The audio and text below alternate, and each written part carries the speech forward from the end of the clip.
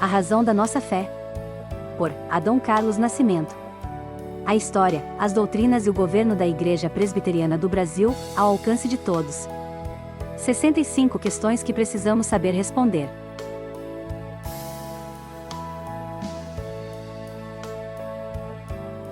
Como surgiu a Igreja Presbiteriana? Surgiu da reforma do século XVI. Deus levantou um homem chamado João Calvino para conduzir seu povo de volta à Bíblia. E, desta volta à Bíblia, nasceu a Igreja Presbiteriana. Como se processou a reforma religiosa do século XVI? A reforma tem, como data básica de sua origem, o dia 31 de outubro de 1517, dia em que Lutero afixou as suas 95 teses, contra as indulgências, na porta da capela de Wittenberg. Martinho Lutero era monge agostiniano e pretendia reformar a igreja a qual pertencia.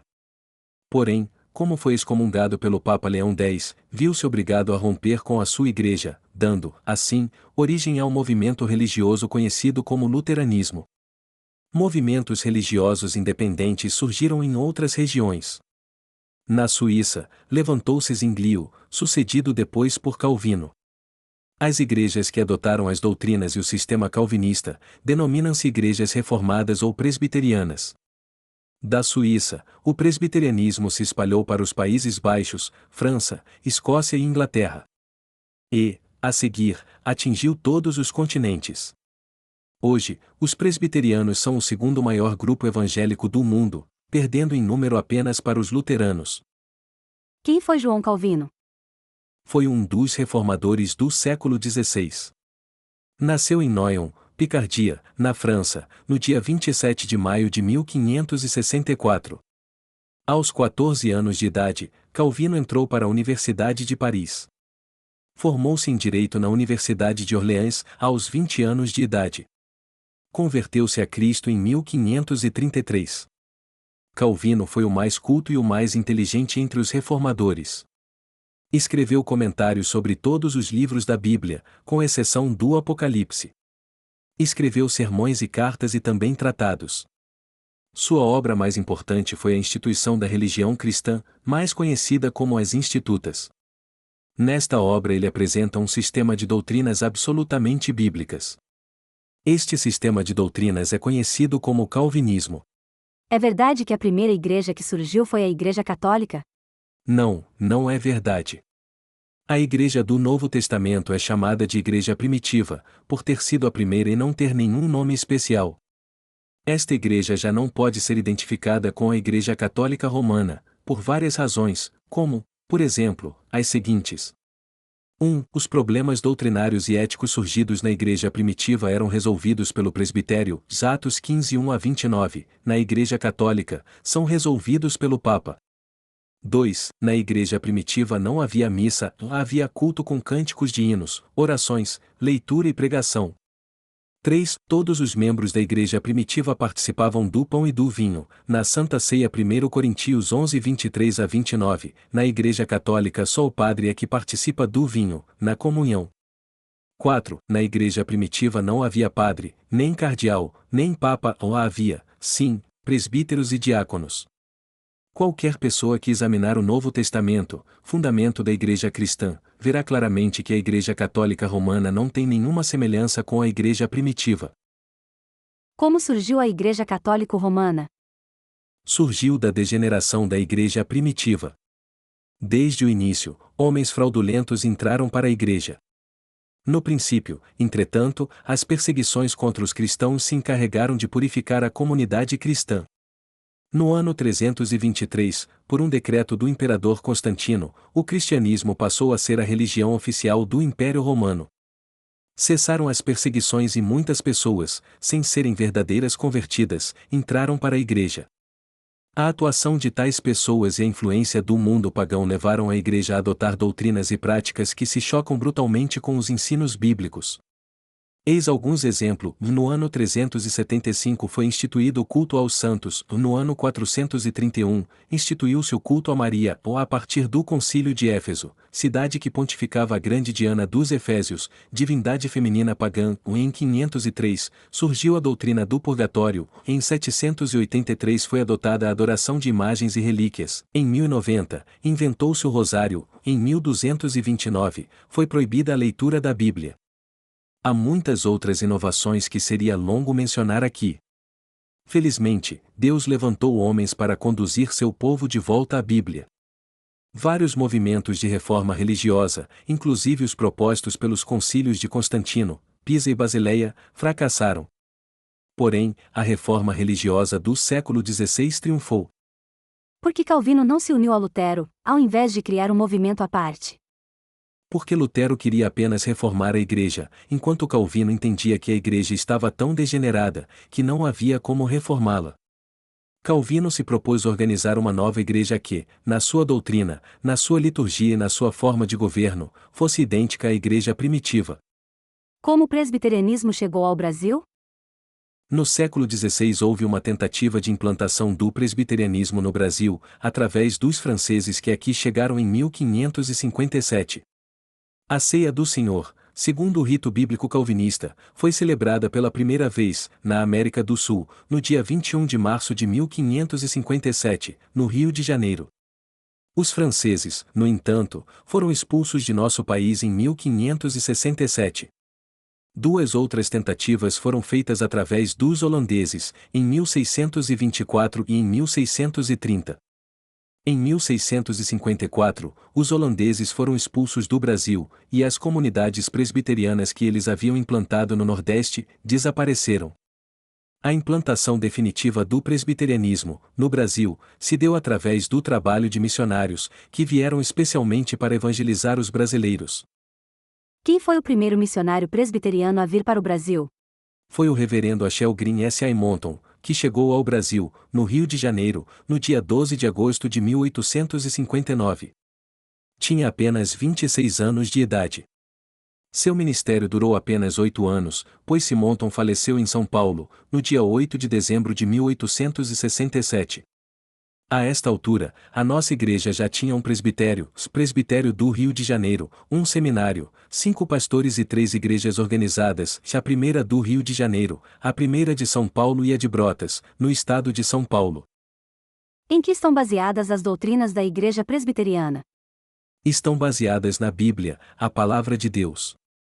Nossa igreja não aceita nenhuma doutrina que não tenha base sólida nas Escrituras, Galatas 1:8-9. Quando Monton chegou ao Brasil, já havia aqui missionários de outras denominações. Monton encontrou, no Rio de Janeiro, o Dr. Robert Hyde Calley, médico escocês, que fazia um trabalho missionário independente. Do trabalho do Dr. Calley resultou a Igreja Evangélica Fluminense. Havia também pastores que vieram acompanhando imigrantes europeus. Estes pastores, entretanto, se limitavam a dar assistência espiritual aos imigrantes europeus. Monton foi, portanto, o primeiro missionário enviado ao Brasil, com o objetivo de evangelizar os brasileiros. Os missionários de outras denominações só chegaram bem mais tarde. Que é uma doutrina baseada solidamente nas Escrituras Sagradas. É uma doutrina baseada na Bíblia toda ou seja, que compreende todos os livros da Bíblia, do Gênesis ao Apocalipse. A nossa igreja não aceita doutrinas baseadas em apenas algumas passagens ou textos isolados das Escrituras. Quais são os padrões doutrinários da Igreja Presbiteriana? Nossa igreja adota, como exposição das doutrinas bíblicas, a confissão de fé e os catecismos como exposição do sistema de doutrinas ensinadas nas Santas Escrituras. Isto se faz necessário em virtude de a Bíblia não trazer as doutrinas já sistematizadas. Quem elaborou a confissão de fé e os catecismos? A confissão de fé e os catecismos foram elaborados por 151 teólogos de várias igrejas evangélicas, reunidos na Abadia de Westminster, em Londres, na Inglaterra, de julho de 1643 a fevereiro de 1649. Estes livros foram preparados em espírito de oração e profunda submissão ao ensino das Escrituras. Que é a Escritura Sagrada? É a palavra de Deus expressa em forma escrita. É o livro que nos dá aquele conhecimento de Deus e de sua vontade, necessário para a salvação. A Bíblia é composta de 66 livros, escritos por, no mínimo, 36 autores, que viveram em tempos e lugares diferentes, num período de 1600 anos. No entanto, o autor da Bíblia é o próprio Deus, que inspirou os autores a que nos referimos. Como sabemos que a Bíblia foi inspirada por Deus? O testemunho de Jesus sobre o Antigo Testamento. O testemunho da Bíblia sobre sua natureza. A experiência de milhões de pessoas cuja vida foi transformada pela leitura da Bíblia e a nossa própria experiência de sentir Deus falando conosco, quando lemos a Bíblia. Tudo isso é evidência da inspiração divina das Escrituras. Porém, como esta aceitação é matéria de fé e não de prova científica, só a operação do Espírito Santo em nós é que nos dá a convicção de que a Bíblia é a palavra de Deus. Por que a Bíblia católica tem 7 livros a mais do que a nossa Bíblia? Porque o Concílio de Trento, no dia 15 de abril de 1546, anexou, por decreto, esses livros à Bíblia. Nós não aceitamos e a nossa Bíblia não os tem porque eles não têm nem as evidências externas nem as evidências internas de que são inspirados por Deus. A Igreja Católica Romana nos acusa de termos retirado 7 livros das Escrituras.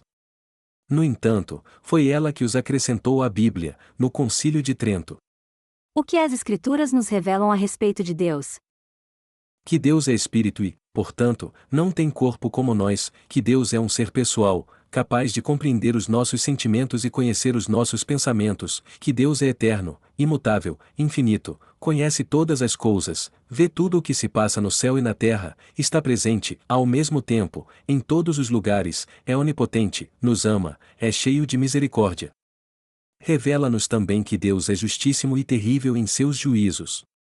O Deus de quem a Bíblia nos fala é um Deus triuno, isto é, subsiste em 3 pessoas. Que é a Santíssima Trindade? É a coexistência das 3 pessoas na divindade única, o Pai, o Filho e o Espírito Santo.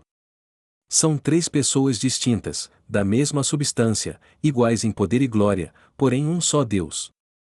É um mistério que não pode ser explicado nem definido, porque está além do alcance da mente do homem. Em suma, ou aceitamos a Trindade do Deus único, ou temos de admitir 3 deuses na Bíblia. A Bíblia, no entanto, nos ensina com muita clareza que existe um só Deus verdadeiro, e que o Pai é Deus, que o Filho é Deus e que o Espírito Santo é Deus. Como Deus se relaciona com o universo? Deus o criou, Deus o dirige, Deus o governa, Deus o preserva. Ele tem um plano eterno de ação. Nada acontece sem que ele tenha ordenado ou permitido. Deus não improvisa nem é surpreendido pelos acontecimentos. Na sua infinita sabedoria, ele dirige tudo segundo sua própria vontade sem, contudo, tirar a liberdade do homem nem violentar a vontade do ser humano. Que é predestinação? É a doutrina bíblica segundo a qual Deus já determinou o destino eterno de todo o ser humano, tanto dos que se salvam como dos que se perdem. A doutrina da predestinação anula a pregação do Evangelho? Não, porque Deus, que nos predestinou para a salvação em Cristo, é o mesmo que o amou ao mundo de tal maneira, que deu o seu Filho unigênito, para que todo o que nele crê não pereça, mas tenha vida eterna. Deus não é o autor do pecado, não viola a liberdade humana e não deseja a perdição do pecador. O decreto divino da predestinação se cumpre segundo o propósito de Deus, que opera segundo sua justiça e sua graça. Os que buscam a Deus com sinceridade de alma, são tangidos por seu Espírito misericordioso, e os que o rejeitam, fazem-no levados por sua própria soberba, como réprobos rebelado contra Deus, e nos quais se manifesta a justiça divina, que retribui a cada um, segundo as suas obras. A doutrina da predestinação se harmoniza com a lógica humana? O pensamento e as ações de Deus não precisam submeter-se ao juízo da lógica humana. O próprio Deus afirma que os seus pensamentos não são os nossos pensamentos, nem os seus caminhos, os nossos caminhos. Querer submeter a ação divina à lógica humana é tentar colocar o homem na posição de soberano e Deus na de súdito. Qual deve ser a atitude do crente diante da doutrina da predestinação? Aceitá-la com profunda reverência e humildade, por estar fundamentada na Bíblia. Estar convicto de que a sua situação de crente em Jesus Cristo lhe dá a certeza de ser um predestinado para a salvação. Louvar a Deus, ser diligente e abundante na obra do Senhor e procurar crescer em santidade. A consciência de ser um predestinado deve ser uma aliada do crente na luta contra o pecado. Que é pecado? É a falta de conformidade com a lei de Deus ou qualquer transgressão dessa lei. Isto inclui o nosso estado de decaídos, a nossa disposição corrompida, as nossas omissões egoístas e nossos atos, pensamentos e palavras que não se harmonizam com a santa e perfeita vontade de Deus. Quais são as consequências do pecado? A morte espiritual, ou seja, o rompimento da comunhão com Deus, os castigos naturais e os sofrimentos resultantes dos erros cometidos, a escravidão sob o pecado, a morte física e a perdição eterna. Que fez o Filho de Deus para livrar o homem das consequências do pecado? Diante da incapacidade do homem de libertar-se do pecado, Deus estabeleceu um pacto com o seu Filho, na eternidade, para salvar o pecador e restaurá-lo à comunhão com o Criador. Esta aliança de Deus com seu Filho é chamada, pelos teólogos, de Pacto da Redenção. Que fez o Filho de Deus para salvar o pecador? Jesus Cristo, o Filho de Deus, escolhido e ordenado pelo Pai para ser o mediador entre Deus e o homem, no cumprimento de sua missão redentora, assumiu a forma humana, nasceu da Virgem Maria, viveu vida santa e perfeita e tomou sobre si mesmo o fardo de nossos pecados, padeceu em sua alma os mais cruéis tormentos, e em seu corpo, os maiores sofrimentos, foi preso e condenado inocentemente. Foi crucificado, morto e sepultado, mas ressurgiu ao terceiro dia, subiu ao céu, onde está à direita de Deus Pai, e de onde intercede pelos seus servos. Ao assumir a forma humana, Jesus tornou-se verdadeiramente homem, sem deixar de ser verdadeiramente Deus, possuindo ambas as naturezas, a divina e a humana, inteiramente perfeitas e distintas, inseparavelmente unidas em sua pessoa. Como verdadeiro Deus e verdadeiro homem, Jesus realizou uma obra redentora completa. Como a obra redentora de Cristo é aplicada ao pecador? Deus, através do Espírito Santo, aplica ao pecador a obra redentora de Cristo, operando em nós a vocação eficaz, a regeneração, o arrependimento para a vida, a fé salvadora, a justificação, a adoção de filhos, a santificação e a glorificação. Que é vocação eficaz? É uma atração irresistível que Deus, por meio da palavra e do Espírito Santo, exerce sobre o pecador, levando-o a aceitar a Cristo como seu único Salvador. Se Deus não agisse no coração do pecador, todos, sem exceção, rejeitariam a salvação em Cristo. Que é regeneração? É a ação do Espírito Santo, através da qual ele implanta no coração do pecador, a quem Deus chamou eficazmente, uma disposição santa de servir a Deus em espírito e em verdade. É o nosso nascimento. Que é arrependimento para a vida? É a tristeza que o pecador sente pelo seu estado de miséria espiritual, acompanhada da resolução de abandonar o pecado e voltar-se para Deus. Há dois tipos de arrependimento. Primeiro, o que leva o pecador a ter tristeza pelo que fez, mas não o induz a abandonar o pecado e a voltar-se para Deus. Exemplo deste tipo de arrependimento é Judas Iscariotes. Segundo, o arrependimento para a vida, como o que foi experimentado por Pedro, depois de negar a Cristo. Que é fé salvadora? É uma confiante entrega a Cristo, para a salvação. A fé salvadora implica numa completa renúncia de toda a tentativa para se alcançar a salvação através de obras, e numa entrega total a Cristo, na firme crença de que o seu sacrifício na cruz é suficiente para nos salvar. É Deus quem dá ao homem este tipo de fé e o pecador a exercita para a salvação. Que é justificação? É o ato de Deus pelo qual ele nos declara justificados. Em outras palavras, Deus anula as nossas culpas mediante os méritos de Cristo, que morreu em nosso lugar. Que queremos dizer, quando afirmamos que Deus nos adota como filhos? É o ato pelo qual Deus, por sua graça, nos torna participantes da herança eterna, habilitando-nos a viver em íntima comunhão com Ele. Que é santificação? É o processo que se inicia no momento em que o pecador nasce de novo, buscando aperfeiçoar-se até atingir a plenitude da vida em comunhão com Deus. A santificação do crente tem três aspectos. Primeiro, quando o Espírito Santo regenera uma pessoa, ela crê em Cristo e todos os seus pecados são perdoados. Não é considerada culpada de pecado algum. Isto é a santificação definitiva. Segundo, A partir da regeneração, o crente começa a crescer espiritualmente, este crescimento continua a vida toda, é a santificação progressiva. Terceiro. Na hora da morte, o crente é aperfeiçoado em santidade, a fim de comparecer diante de Deus. É a santificação final. Que é glorificação? É o aperfeiçoamento da nossa alma, a transformação do nosso corpo e a completa vitória sobre o pecado, que nos fará semelhantes a Cristo. A glorificação começa nesta vida, mas só alcançará sua plenitude na ressurreição do corpo. O crente pode ter certeza de sua salvação?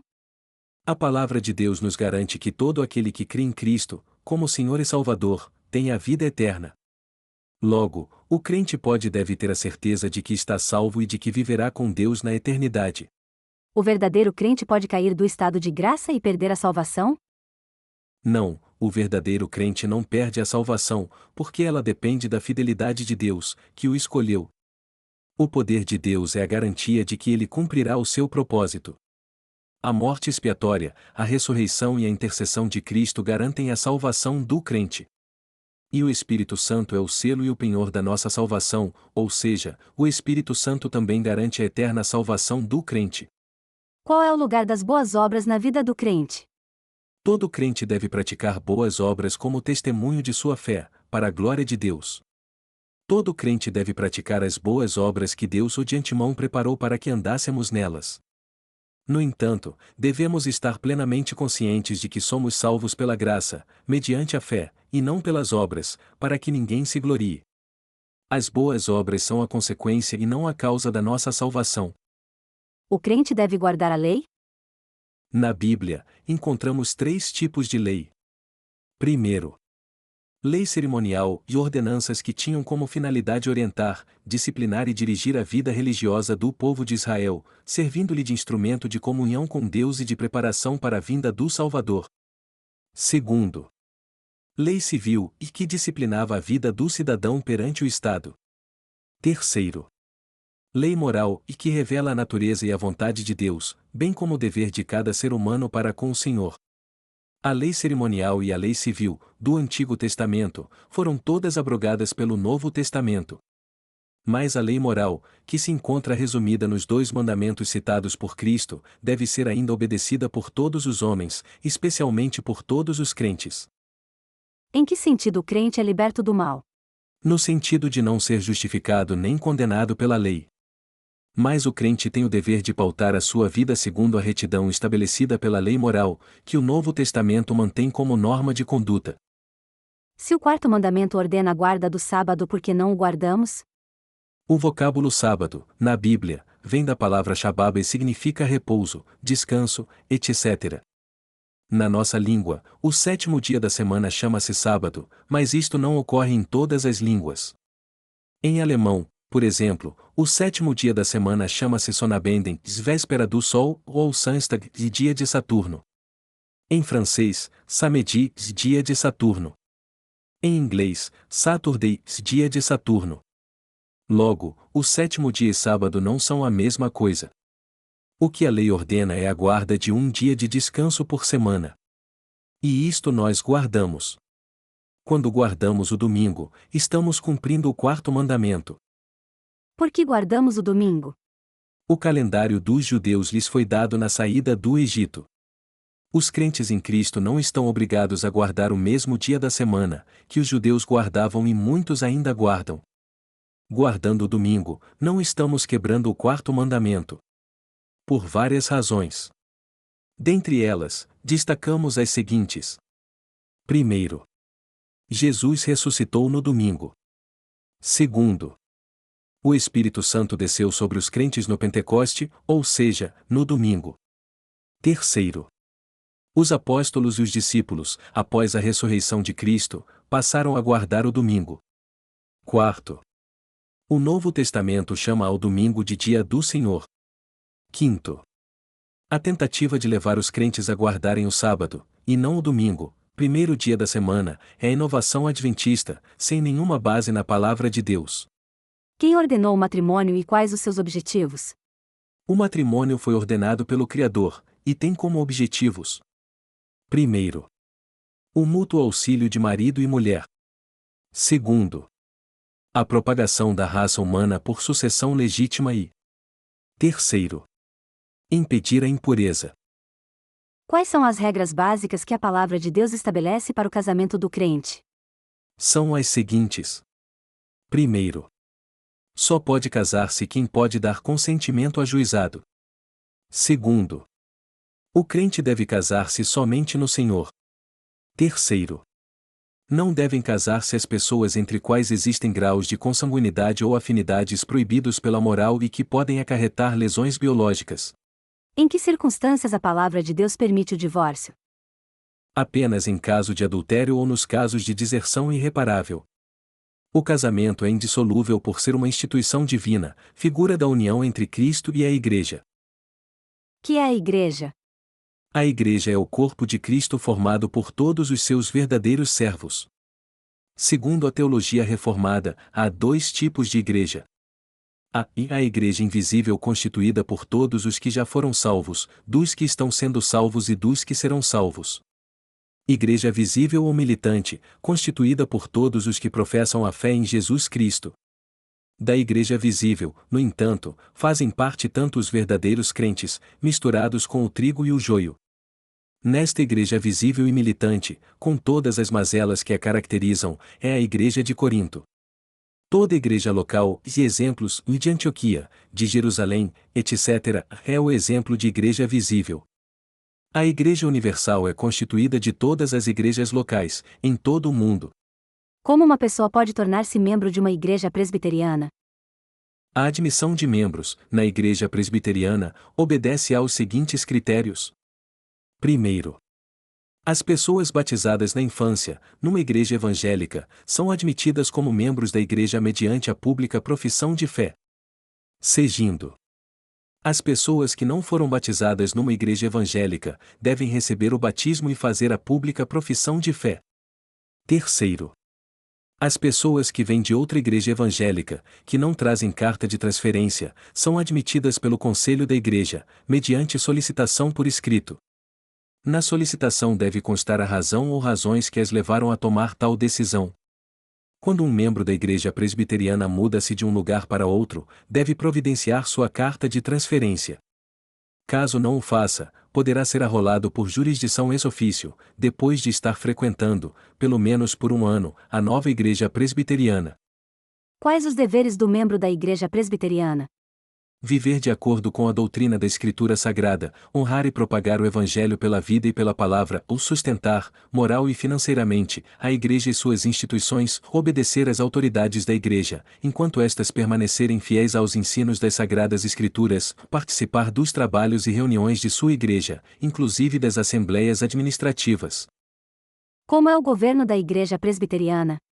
O governo da igreja local é exercido pelo conselho, formado pelo pastor, e pelos presbíteros eleitos pela Assembleia da Igreja.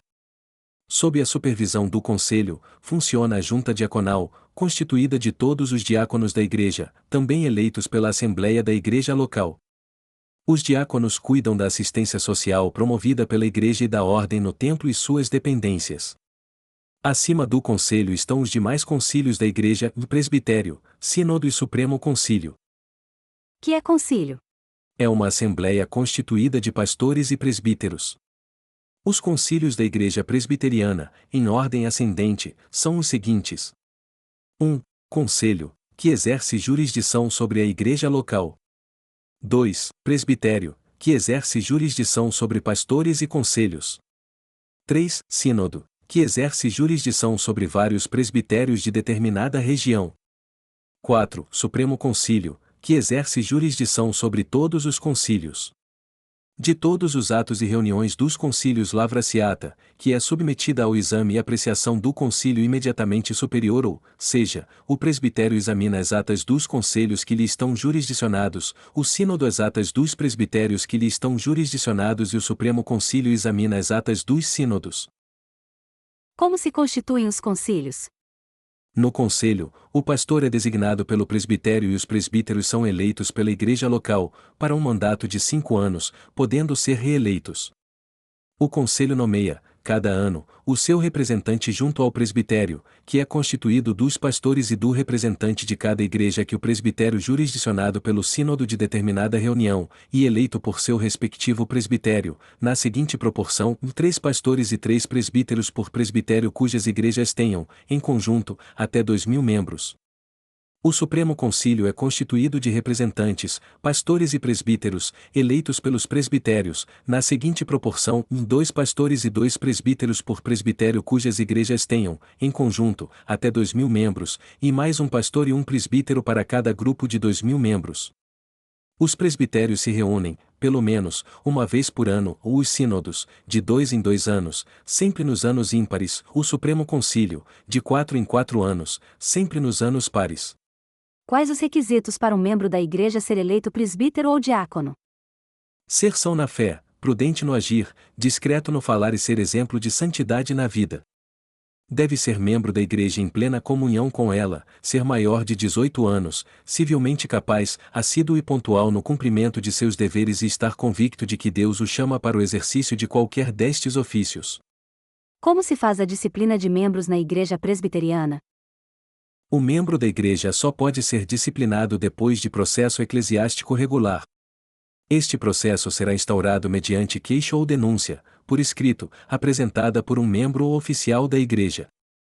Ao citar o faltoso para comparecer à reunião do conselho previamente marcada, deve o conselho mandar-lhe uma cópia da queixa ou denúncia, facultando-lhe, assim, ampla possibilidade de defesa. As penas que podem ser aplicadas são as seguintes, de acordo com a gravidade da falta cometida. Primeiro, admoestação. Segundo, afastamento da comunhão por tempo determinado ou indeterminado. Terceiro, exclusão da igreja, pena que só será aplicada quando o faltoso se mostrar incorrigível e quanto mais. Toda disciplina visa ao próprio bem dos culpados, a corrigir escândalos, erros ou faltas, e a promover a honra de Deus e a glória de Jesus Cristo. Toda pessoa disciplinada terá o direito à restauração de sua comunhão com a igreja, mediante prova de arrependimento. O membro da igreja que estiver sob disciplina não pode participar dos sacramentos. Que é sacramento? É uma ordenança sagrada instituída por Cristo, para simbolizar, selar e aplicar ao crente os benefícios da salvação. Cristo instituiu 2 sacramentos, o batismo e a Santa Ceia ou Eucaristia, que quer dizer o ações de graças. Que é batismo?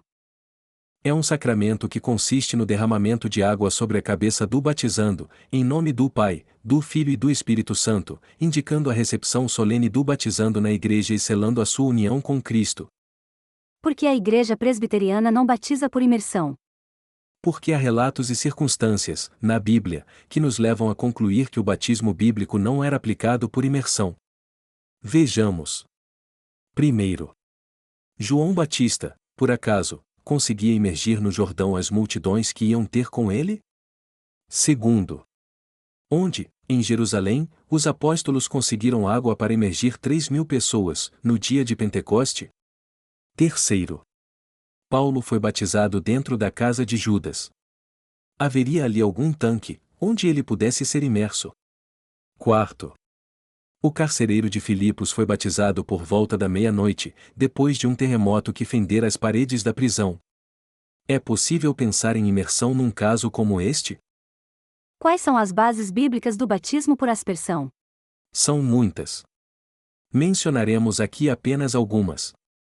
Primeiro, as profecias sobre a nova era, a dispensação da graça, fala da purificação dos povos pelo derramamento de água sobre eles, numa alusão que inclui o batismo cristão. Segundo, a palavra grega baptismos, igual batismo, em português, é usada pelo autor da Epístola aos Hebreus, quando fala das abluções que se faziam no Velho Testamento. E tais abluções eram feitas por aspersão. Se, no Antigo Testamento, as abluções eram por aspersão, por que teriam de ser diferentes no Novo Testamento? Terceiro, o batismo com o Espírito Santo, nas Escrituras, é descrito como um derramamento. E Jesus disse aos seus discípulos: o João, na verdade, batizou com água, mas vós sereis batizados com o Espírito Santo.